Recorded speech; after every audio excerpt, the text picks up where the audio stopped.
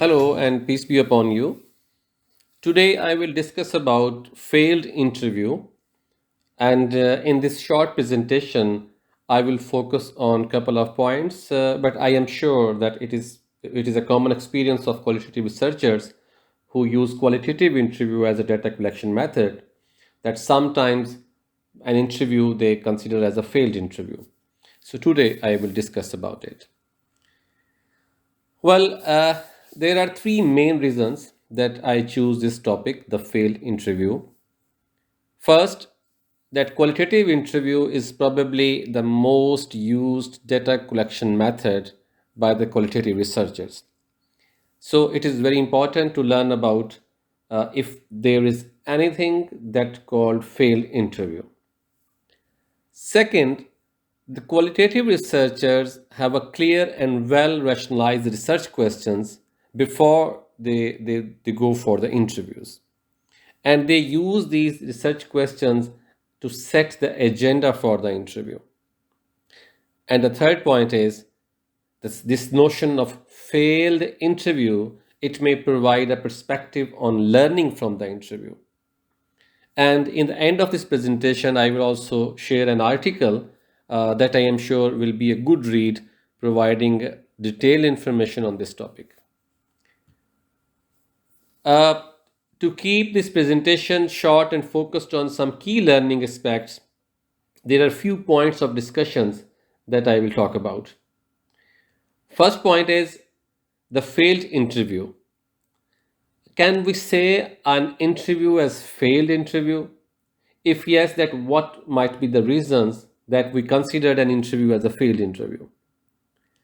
The second point is how can be a so-called failed interview be a good source of knowledge? To understand these 2 points, let us see first how do we select a person for interview.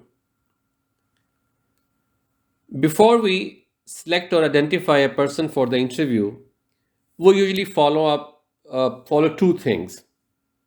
First, the research question or main objective of the study that also sets our agenda as interviewer. That is what we actually want to know from the interviewees. Second thing is the inclusion criteria or the sample characteristics that we determine according to our research question, that who would be the persons or who would be the potential participant for this research. Now, as a researcher and an interviewer, there is a research question and a research objective that not only inform you what you are looking for in the interview, but also it guides you who may be the potential participants. In this way, the interviewer sets the interview site to conduct interview as a planned activity with specific purpose. In this presentation, I will take an example of a study, so to say, the study about childless women in a pro-baby non-Western context. Okay, now the interviewee or the participant who has been selected using an inclusion criteria, and that participant is assumed as a representative of the category, I mean social category. For example, if the research is about childless women, the participant will be a childless woman that apparently or according to the researcher's sampling technique is seen as a representative of childless women in the given context. Yet another example would be the study of a divorced woman, and then in this study, the interviewee will be a divorced woman. Hence, as an interviewer, you expect to listen the voice of this category that will respond to your research question. Here I have copy pasted a piece of text from the article that I will refer in the end. This text informs us about the researcher's intention to select an interviewee. And it says that the interviewee is chosen because he or she is a member of certain social categories or local culture that are vital for the research project. For example, parents, deaf people, businessmen, and as I said, childless women, divorced women, etc. etc. Now, with respect to these 2 points that I had just mentioned, I will discuss when we assume an interview as the failed interview. For example, during the interview, the participant or the interviewee does not represent the category, even though, according to our inclusion criteria, they belong to the category. For example, a childless woman in the study on childless women does not represent the social category of childless women. Instead, she presents herself as a child free woman. Now you know that being child free is a volunteer act of being childless by choice. So, for example, you have conducted 10 interviews with childless women, and one of the women does not want to put herself in this category. In this case, a researcher may think about this interview as a failed interview, as an interview with someone who is an outlier, or most likely this interview would be excluded from the data.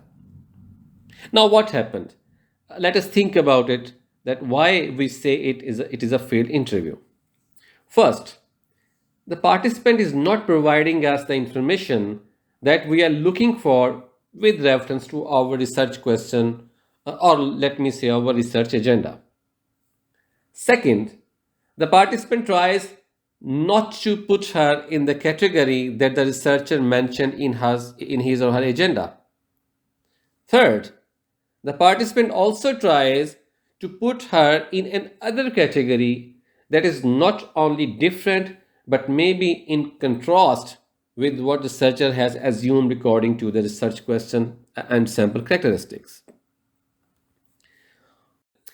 Before excluding this interview as a failed interview, let us think again if it is really a failed interview, or it can give us a new insight or another perspective that we may have missed in all the other interviews.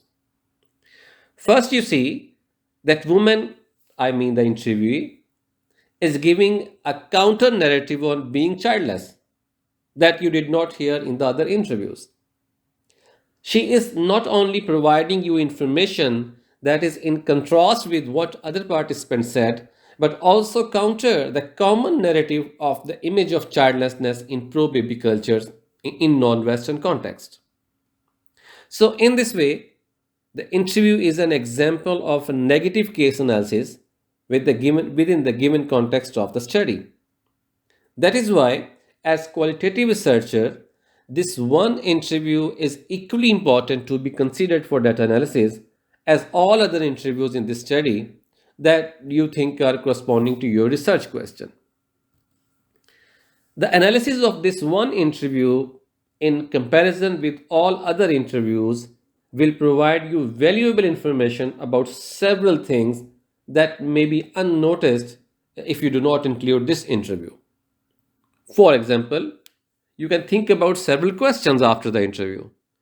Why this woman do not want to be considered as childless? Why she thinks that she is a child-free woman? Why and how the meaning of the value of the child is different for her as compared to the childless woman from the same sample? What might be the social and cultural aspects of this representation? How do this representation of being a child-free woman fit in the social context of the study? And if you will think hard, you will find several other questions that will unfold very useful theoretical points of discussion in this interview.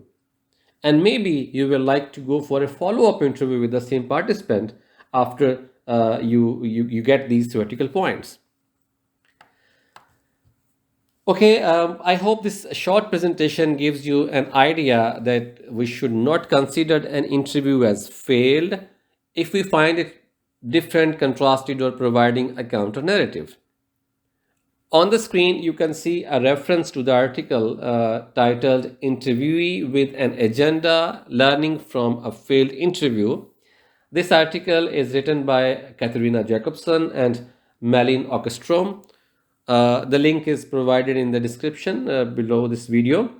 And I will end this presentation here with a quotation from this article that emphasizes on participant-centered approach to conduct interview, where it is an important analytical point during the conversation when the interviewee considers something important, and as a researcher, we should notice and look into it. So the author says the analysis of how the conversation proceeds is a clue to what the interviewee considers important.